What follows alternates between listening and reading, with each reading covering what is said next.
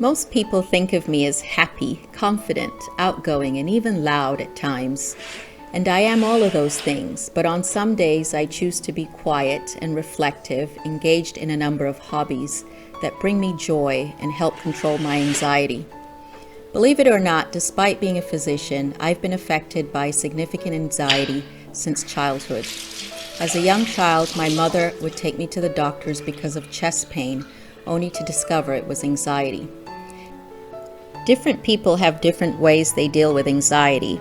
Some people turn to prayer, some people turn to a mental health specialist, others will need medication or a combination of all of the above. Over the years, I've learned to be calm, and despite having significant anxiety, I've been fortunate enough that I have not required medication. What has worked for me is staying busy and doing things that put me in a positive headspace. Don't get me wrong, I still worry about my bills, work, my children, my parents, the future, whether or not I'm doing enough, but hobbies certainly help relax me and keep me creative. One of those hobbies for me is tea. I love the ritual of making tea. Forces myself to be quiet, to be centered.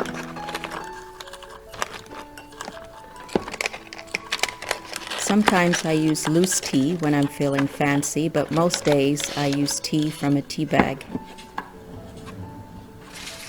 I prefer tea without caffeine.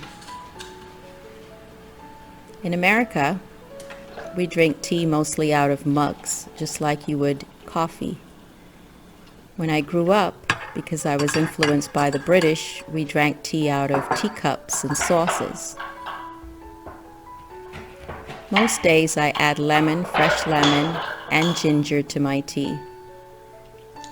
If I'm lucky, I will also add honey.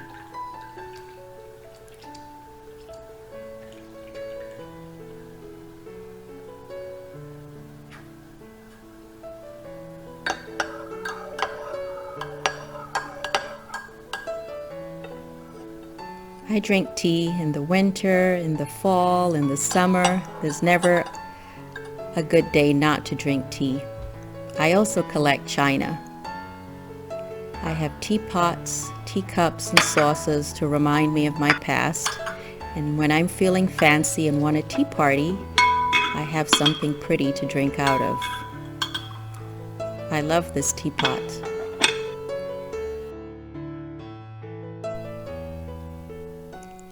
I love the connection the garden gives me to Mother Nature and the promise of tomorrow.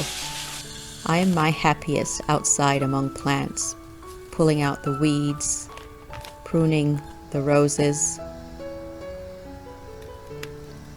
The garden's a great place to reflect. It forces you to slow down and focus and be patient. Nothing grows overnight, much like everything in life. If you show it the time and love and attention, it will flourish. Even when I was young and didn't have much, the first thing I would buy into a space was a plant because it instantly made me feel at home. I love orchids and the herbs under my kitchen window.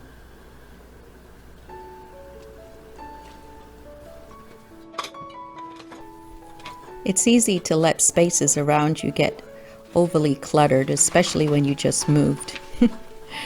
I get a certain satisfaction from cleaning and putting away everything in its rightful place. I guess I feel the mess reflects a certain chaos in my life. And so cleaning it up creates a sense of order and control. I find that putting things in containers helps keep things neat. And there's nothing more beautiful to me than a clean counter and neatly organized cupboards and drawers.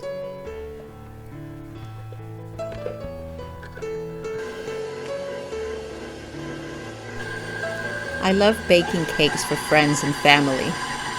As they say, a party without cake is just a meeting. My favorite cake, of course, is the Jamaican rum cake, which some people call black cake or fruit cake. We eat it every Christmas, and it was also served at my wedding many years ago.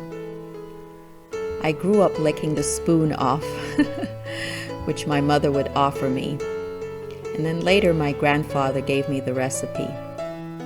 There's nothing like a sweet, fragrant, fruity slice of rum cake during the holidays.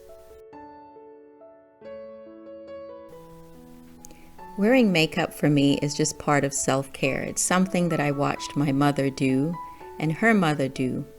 It's something that I've done since I was a teenager. All women are beautiful without makeup. And inner beauty is more important, but a little makeup doesn't hurt. Makeup should enhance what you already have. I love the time that I get to spend reflecting on my day while applying makeup. It's a ritual of sorts. Sometimes my makeup goal is to look natural, and sometimes I want to wear a lot more. Sometimes it's fun and bright, and sometimes it's completely out of the ordinary, like this Halloween look. I am obsessed with cooking and eating. And as you know, eating is a necessity, a universal experience. We all have to eat. I love how cooking is an art that blends history and culture and creativity. We not only nourish our bodies, but we show love through food. And cooking is a tool to do all those things. It brings friends and family together. I am blessed to have come from a multicultural family. Our foods are influenced by the culture, by the people, by the places we have experienced. I love cooking for my family. I love the smiles that it brings. I love the colorful foods, the different tastes, the different textures.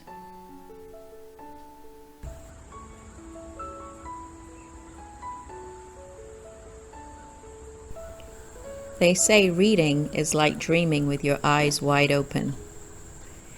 It's not often that we get time to sit down and simply read a book for pleasure.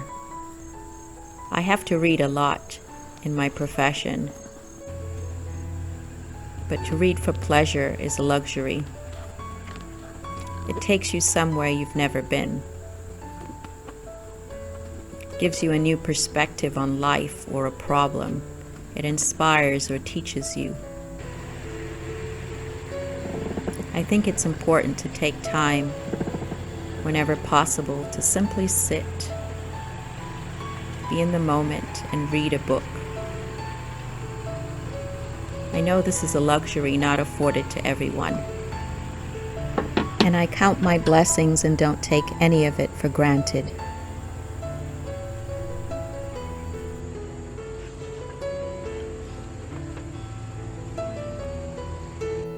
I love the thrill and joy I get from walking through a thrift shop, looking for hidden gems.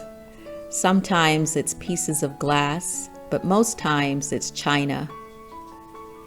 We pick up pieces of china for only a few dollars. We look on apps to find what they're worth, and they're often worth 20 times more than what we paid for them. I love this antique piece of glass and silver. We find books, we find small pieces of furniture, we find art, beautiful things. I love the idea of bringing home what was old and making it new again, repurposing it, giving it new life. Our hair is simply magic. I've worn my hair short, kinky, curly, long, kinky, curly, long, straight hair, short, relaxed, straight hair. I love being able to change up my look. They say a woman's hair is her best accessory. As you know, it is your confidence, not your hair. I've been doing hair since I was a teenager. Clip-ins, sew-ins, extensions, weaves. You name it, I've tried it, I've worn it. I love how it changes my whole look, my whole vibe, as they say. Long hair, don't care. You should be able to express yourself the way you see fit. I love doing my children's hair, twisting hair, braiding hair. It relaxes me and it makes me feel creative. Doing my son's hair, not so relaxing. I'm wearing a ponytail lately, but I'm sure it will change. For as long as I can remember, I've always had dolls. American Girl dolls, Our Generation dolls, Barbie dolls, you name it, I collected it. In fact, last fall, I made them some Halloween outfits that I was very proud of. Then I discovered Blythe dolls and became obsessed with these cute little dolls. I could then customize dresses for them, hand-sewn dresses, make their hair, new faces, new makeup, new personalities. I just fell in love with the process. It gave me something to do after work. They came alive. I love how holding a doll makes me feel relaxed and comfortable. I love their cool styles, their cool personalities. You can even change their hand expressions and move their eyes and change their eye colors. Original dolls are from Japan. They're called Takara dolls, but they're very expensive and they don't come in brown shades or represent African American color skin tones. So I ordered the dolls from China. They are called factory dolls and I can now customize them. And I fell in love with the process and also with the dolls themselves. They are so adorable and they make me smile. Hopefully they make you smile too. I've been writing a journal for years. When I was a little girl, my parents used to give me a diary and I would write down my thoughts, my journey, my wishes, my hopes, my desires, my fears. Often I would feel anxious if I didn't write. It felt like I was purging my thoughts. It became a habit I couldn't break. Since moving to America, going through college, medical school, residency, children, marriage, we've moved so many times. I've collected all of my journals and kept them safe.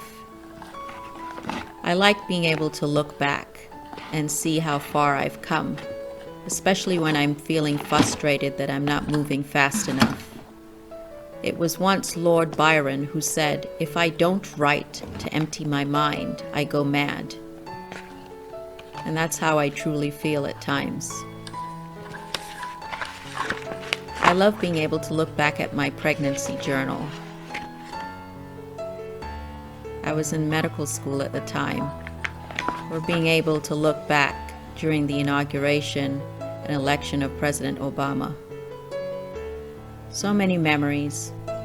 I hope you found this video inspiring and will share it with someone who needs to be uplifted. And I hope you have a hobby that keeps you happy, healthy, and relaxed.